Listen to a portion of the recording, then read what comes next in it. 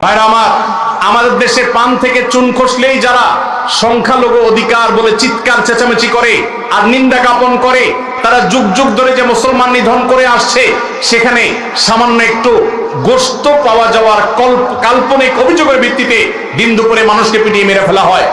হোলির রং গায়ে মাখতে না চাওয়ার কারণে দিন দুপুরে পিটিয়ে মানুষকে মেরে ফেলা হয়।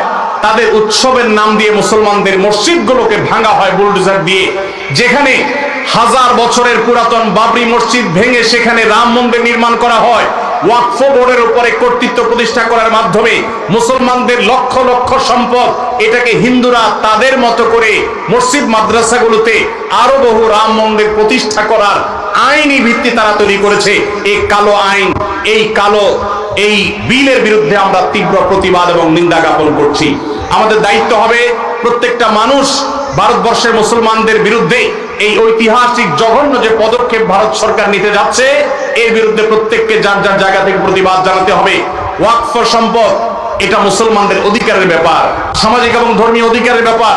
মুসলমানদের সে অধিকার থেকে তারা বঞ্চিত করছে। একের পর এক কালো আইন করে করে মুসলমানদেরকে বঞ্চিত করা হচ্ছে। আমরা নিন্দা জানাই। সেই সাথে ভারতের একটা আইন আছে, 12 বা 13 বছর যদি কেউ কোনো জমি নির্বাধায় দখল রাখতে পারে, সে সেটা মালিকানা দাবি করতে পারে।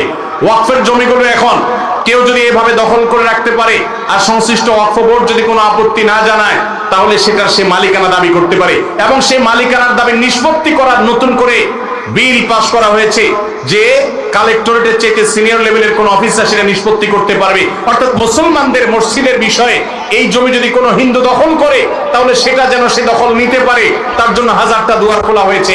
এটা ভারতবর্ষের ইতিহাসে মুসলমানদের বিরুদ্ধে তৈরি হওয়া সবচেয়ে কালো আইনগুলোর একটা, যেটা মুসলমানদের অধিকার খর্ব করছে, সংখ্যালঘুদের অধিকার খর্ব করছে। আমরা এর তীব্র নিন্দা জানাচ্ছি। আল্লাহ রাব্বুল আলামিন ভারতবর্ষের মুসলমানদের অধিকার যেন তারা ফিরে পায়, সেই তৌফিক আল্লাহ তাদের সবাইকে দান করুন। আমিন।